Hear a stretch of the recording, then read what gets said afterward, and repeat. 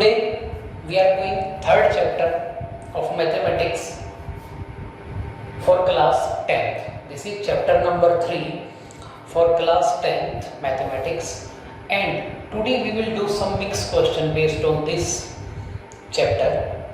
The first question we are doing here. This is a linear equation kx plus 2y is equal to 5.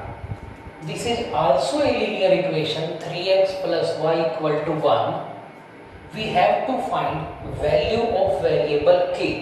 हमें यहाँ k की value निकालनी है जब condition हमें दी होगी यूनिक सॉल्यूशन या जो भी होता है मैनी सॉल्यूशन, तीन ऑप्शन हमारे पास होती हैं। तो इस क्वेश्चन में हमें k की वैल्यू निकालनी है for which equation has unique solution. Solve given equations has unique solution. इस इक्वेशंस का, इन दोनों इक्वेशंस का यूनिक सॉल्यूशन है, मींस एक x की और एक y की वैल्यू निकलती है।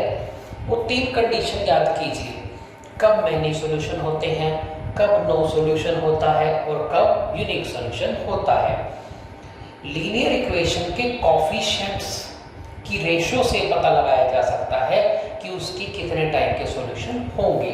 तो यूनिक सॉल्यूशन के लिए ऑप्शन याद कीजिए, यूनिक सॉल्यूशन की जो ऑप्शन थी वो a1 by a2 not equal to b1 by b2।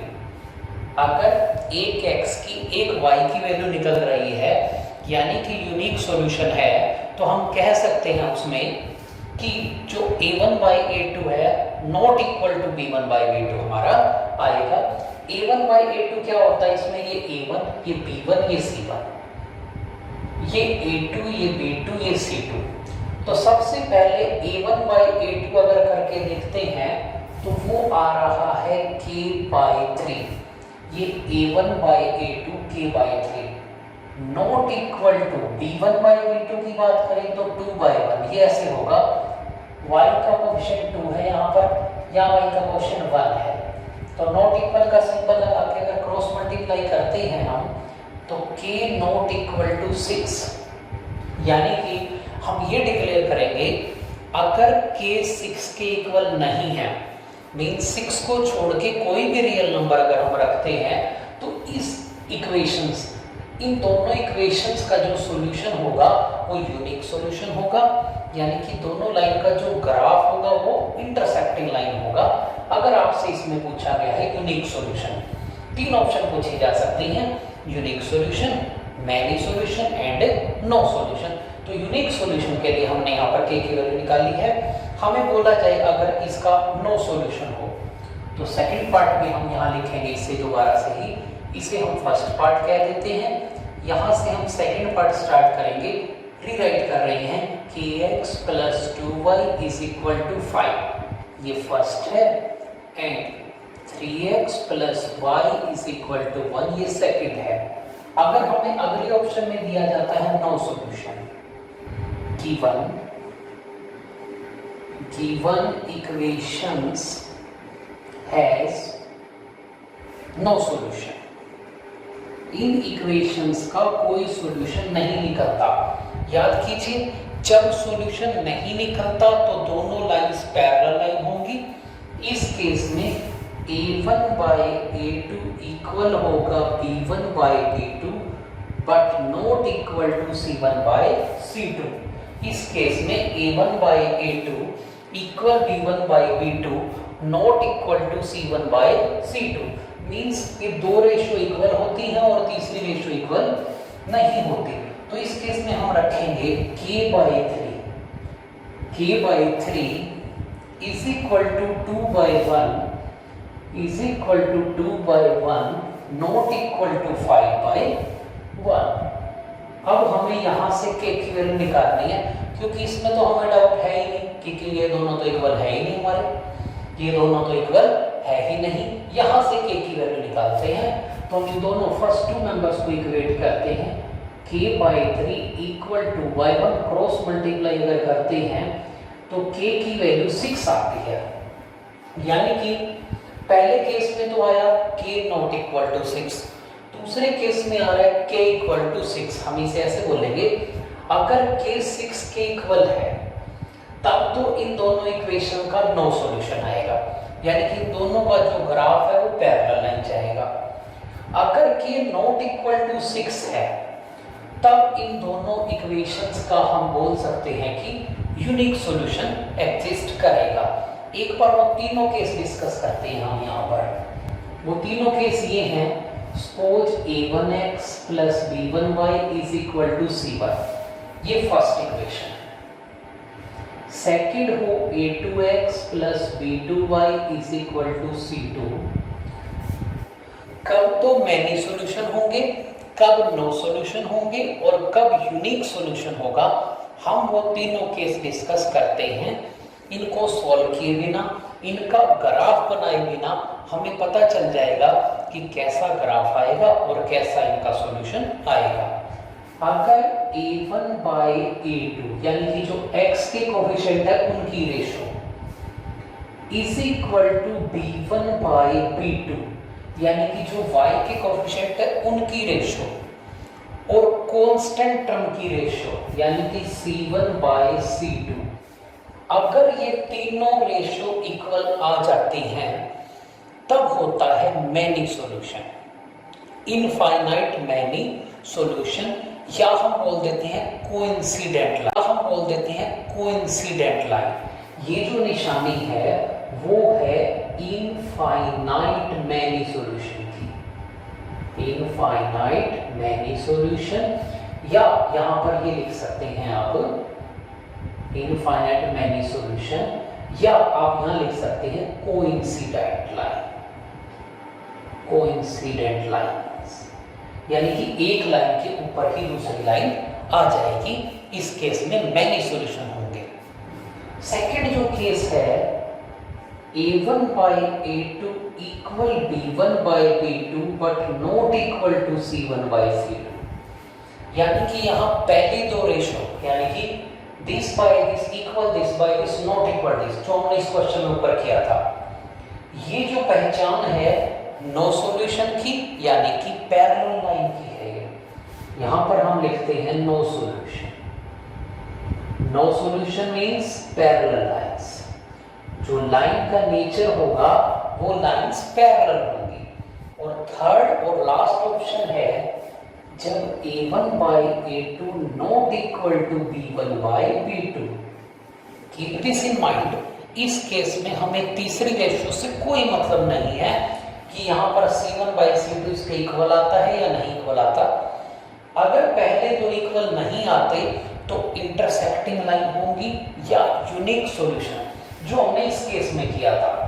ये जो पहचान है ये यूनिक सॉल्यूशन की है, यहाँ यूनिक सॉल्यूशन होगा।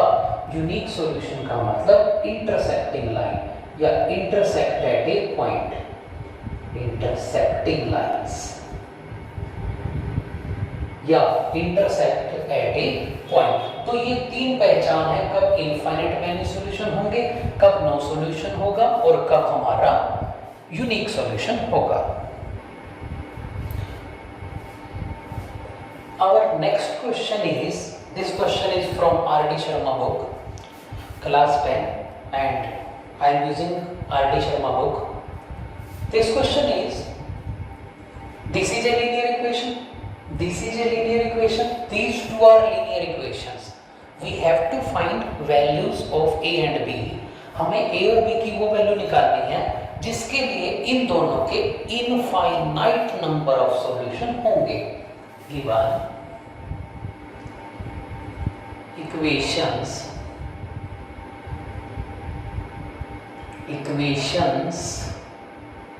has infinite solution, infinite number of solutions।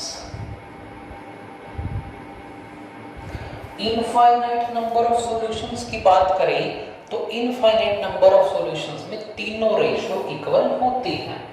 सो हम ले सकते हैं a1 by a2 equal b1 by b2 equal c1 by c2, यानी कि हम इन तीनों रेशो को इक्वल रखते हैं तो इनफाइनाइट नंबर ऑफ सॉल्यूशन होते हैं। अब ये a1 बाय a2 इसमें क्या है, वो है 2 बाई दिस, क्योंकि इसको ऐसे पढ़ना है A1 B1 C1 A2 B2 C2। तो A1 बाई A2 का मतलब होगा ये A1 by A2 means 2 by A plus B is equal to B1 by B2 means -3 by -A plus B -3। आपको साइन भी लेना है, या माइनस से माइनस कैंसिल हो जाएगा क्योंकि दोनों में ही माइनस है। इज इक्वल टू आप लिखेंगे 7 बाई 4A प्लस B। हमारा क्वेश्चन रहेगा A और B की ऐसी क्या वैल्यू है जिसके लिए तीनों रेशो इक्वल आएंगी।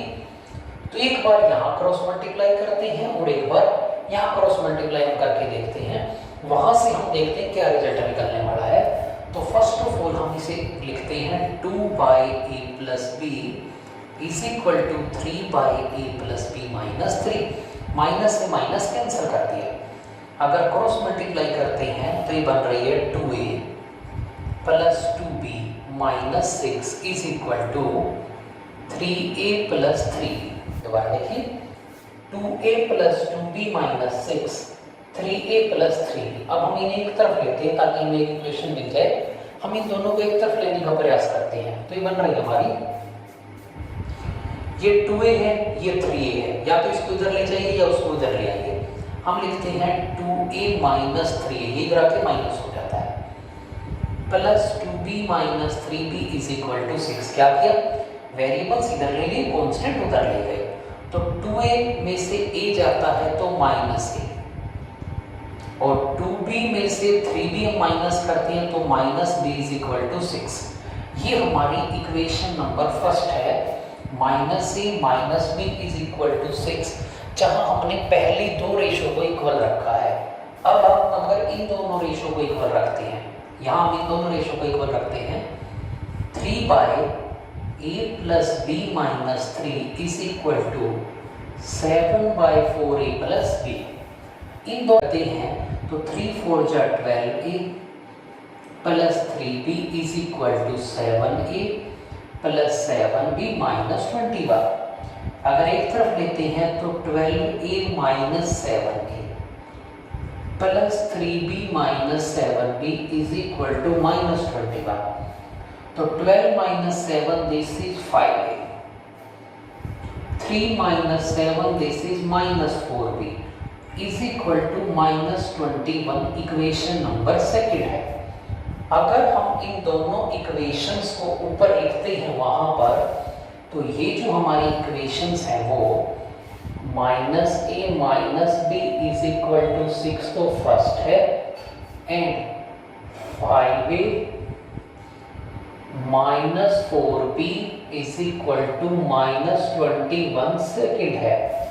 अब इन दोनों इक्वेशंस को सॉल्व करने के हमारे पास 3 या 4 मेथड हैं टोटल। वो 4 मेथड हैं, पहला ग्राफ से टेबल बना के ग्राफ बनता है, दूसरे मेथड में हम सब्स्टिट्यूशन का यूज करते हैं, किसी एक इक्वेशन से किसी एक वेरिएबल की वैल्यू निकाल के दूसरी इक्वेशन में पुट कर देते हैं। तीसरा जो हमारा मेथड है बच्चों, वो है हमारा एलिमिनेशन। एलिमिनेशन मेथड में हम कोफिशिएंट्स इक्वल बनाते हैं, ए या बी के इक्वल बना देंगे। और फोर्थ और लास्ट मेथड होता है क्रॉस मल्टीप्लिकेशन। तो हम यहाँ एलिमिनेशन मेथड का यूज करेंगे, यानी कि हम इन दोनों के कोफिशिएंट इक्वल बनाना चाहते हैं। यहाँ पर a है, यहाँ 5 है, तो क्यों ना पहली इक्वेशन को 5 से मल्टीप्लाई कर दिया जाए। हम लिखेंगे 1 मल्टीप्लाई 5 प्लस 2। आप इसे ऐसे भी लिख सकते हैं, multiply first equation by 5 then adding equation 1 and equation 2। तो इसको 5 से मल्टीप्लाई करेंगे तो ये minus 5b is equal to 30। ये एज इट इज रहेगी 5a माइनस 4b माइनस 21। अब हम इन दोनों को सॉल्व करके और b की वैल्यू निकालने की कोशिश करते हैं, तो ये ऐड करेंगे तो कैंसिल हो गया।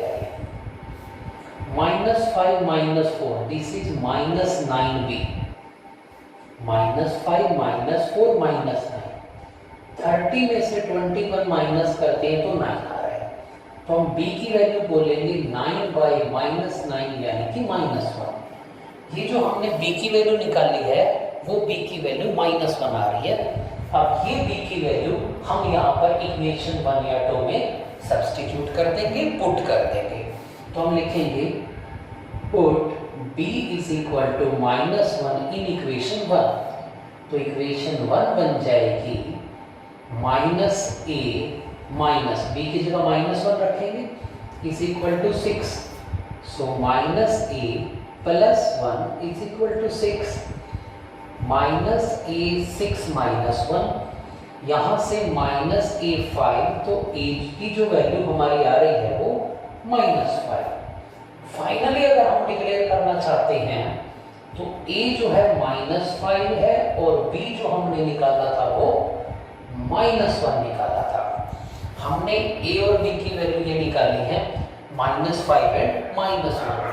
वेरिफिकेशन के लिए हम यहाँ वैल्यू रख सकते हैं, जैसे a को -5 और b को -1 पुट करते हैं। यहाँ -5 यहाँ -1 रखेंगे, -5 -1 रखने पर ये -6 आ रहा है। 2/-6 1/3 माइनस के -1/3। यहाँ चेक करें, हम रखना चाहते हैं -5 -1। अगर हम यहाँ -5 और -1 रखते हैं, -5 -1 ये बन रहा है -6 और ये बन रहा है -9। दोबारा देखिए, -5 -1 -6, -6 -3 -9। अगर हम 3/-9 करेंगे तो ये भी हमारा वही 1/3 सेम रेशियो आ रही है। और यहाँ अगर रखते हैं लास्ट -5 तो ये -20, ये -21 हो गया। 7/-21 -1/3, यानी कि तीनों रेशियो हमारी -1/3 -1/3 -1/3 ही आ रही है। यहाँ पर चाहे दोबारा देखिए, माइनस से माइनस ही कैंसिल हो गया, बट एक माइनस और इंट्रोड्यूस होगा। -5 -1 -6 -9, 3/-9 तो -3 ही बनेगा।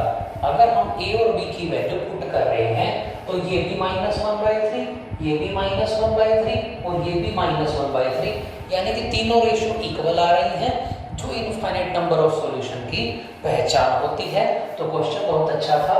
इन दोनों इक्वेशन से a और b की वो वैल्यू निकालिए ताकि इनफाइनाइट नंबर ऑफ सॉल्यूशन हो।